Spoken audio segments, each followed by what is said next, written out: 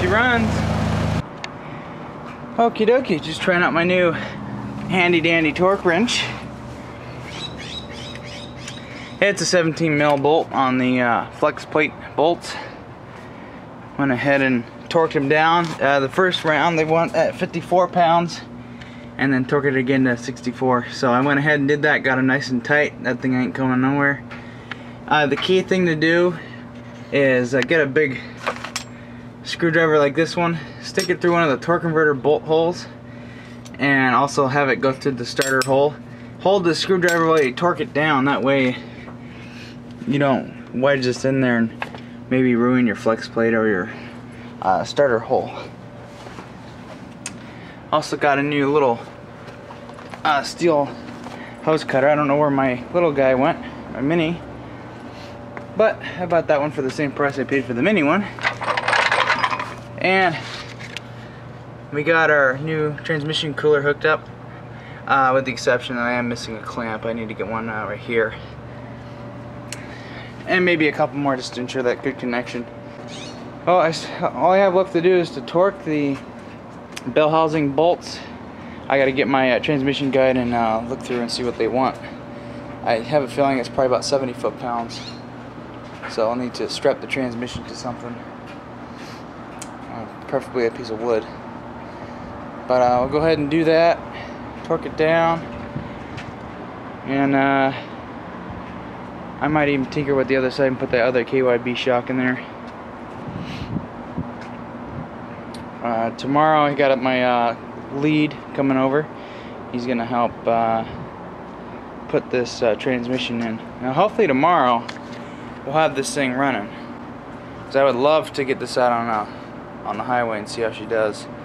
And I'd really like to drive it to work this week, because I need the freaking AC, man.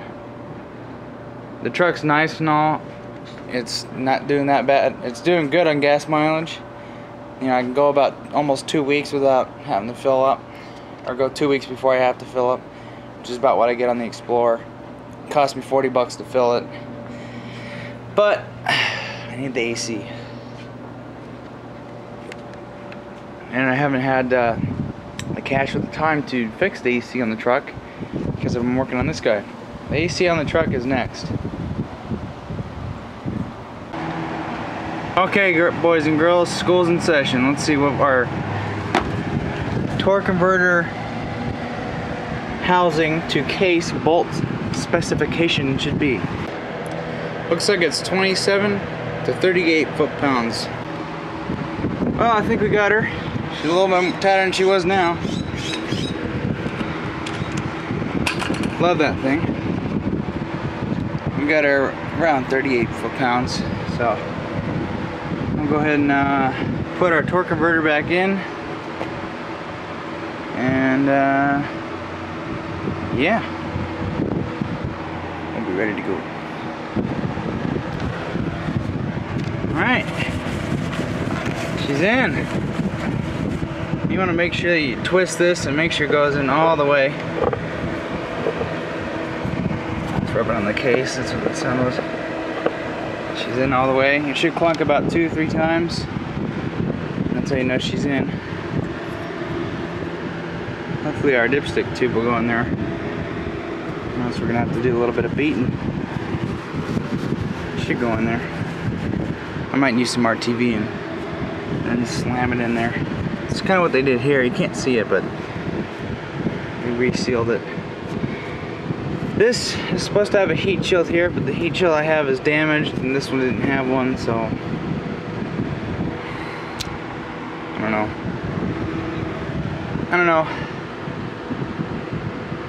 Oh, I can't wait to get it in there. Remember, this is not the Ford recommended way to do this, but it will work. And make sure you don't tip the transmission, the front end that way, because then you'll knock your torque converter out and possibly damage pump seals and all that other shit. No leaks so far. Just that nasty tick. I don't know where it's coming from. I really hope it's not the torque converter. Well, we're getting late. It's 8:32 p.m. right now. Transmission is almost there. Just need to angle it.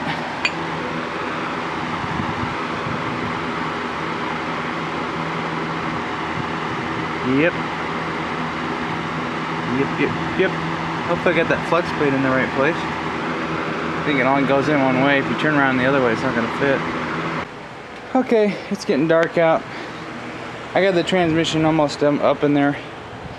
Just need to move it up a little bit more and get her in there to bolt up, line the torque converter and whatnot. Tomorrow I'll finish her up. I'll probably start early in the morning when it's cool. But I think we're gonna be driving by tomorrow. We'll have to pick up another hose clamp for that hose down there. Slap our bumper back on, get our other shock on. We're gonna be good to go. Alright, it's the next morning. Looks like it's gonna be a nice day out. We're getting a head start on this. Kinda hard to see what we got going on here, but transmission's almost in place. We just gotta get it lined up and start the bolts. But only one bolt I'm not gonna put in is the one for the dipstick tube, because I do have to be able to put that back in. But we got this heifer to put in. Whew. I mean, I can't forget my gasket. I think I put it over on the table. Yeah, this one. This is the bitch. This is the bitch. Okay, guys. You ever have a problem where you try and actually use your four-wheel drive and it just never stays on when you want or when you need it? You know, when you stop it activates, and then when you go it pretty much just disengages or just doesn't engage at all. Well, right away when you put it in four-wheel auto, it will lock the front differential full time. However, the retarded computer just doesn't really keep her in four-wheel drive like you want to. So there's this little brown wire right here at the connector. What you do is, well, first of all, in cab you just run a 12-volt switch. Probably I'd do a 30 amp or something heavy duty. You run your wire. Just pull this. You can pull this out of the harness. Solder a power cable to it, and then check this out. I'm gonna hook that up. Now, what this does is it will activate a wet clutch in here. So I grab one end and turn the other. It is now in four-wheel drive. It's locked. So we are going to put four-wheel drive back in here now that I know how to get this to work. Well, my fan pretty much destroyed itself. You gotta go buy a fan. One of the blades just kind of blew right off. Okay, so we're pretty much done under here. Drive shaft's back in. I'm gonna go ahead and slam this sway bar back on and put down I took the nuts off for the power steering cooler. So I'm gonna go ahead and fix that up. Should only take a couple minutes, and I will start cleaning up and get this thing on the floor. And I'll fill the transmission up with fluid, and hopefully it moves. Hopefully it moves, and we don't hear whee come from the transmission. Oh, we got signs of life. Okay, battery's hooked up, serpentine belt's put on. I'm gonna go ahead and fill it up with a few quarts of fluid. I think I'm gonna start with 4 or 5, at least just to get it running. And then hopefully it doesn't blow up when I start it. She runs. You hear how freaking loud it is with that godforsaken catalytic converter and no muffler. Anyway, started up, no problems.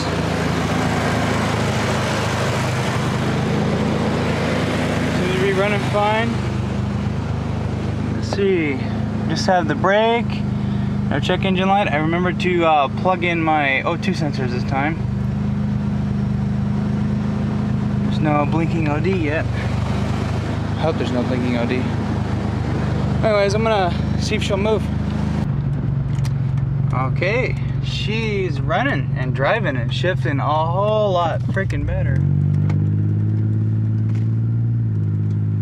See what I mean about it being loud? And it rides so nice now.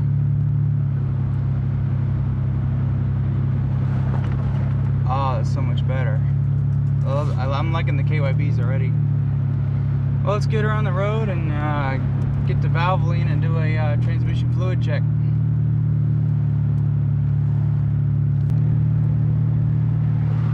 Guys, I'm telling you, this is a totally different car now. It's got great power now. It doesn't feel heavy. Runs at good RPMs. No OD light. Feels good and strong now. And these KYBs are freaking nice. This thing's riding great. Barely feel the road. Well, I mean, this is a pretty shitty road, but yeah. Okay, it's running. No leaks so far. Just that nasty tick. I don't know where it's coming from. I really hope it's not the torque converter. That would fucking suck. I'd take it to a shop at this point.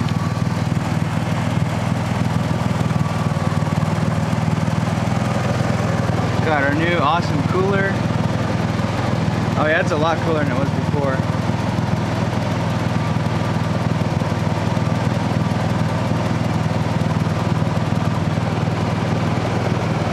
Oh yeah.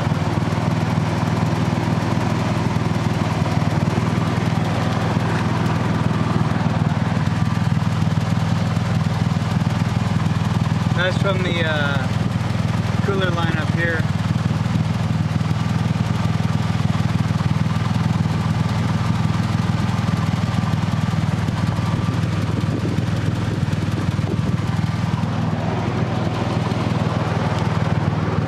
I'm gonna check my fluid level and shut her down.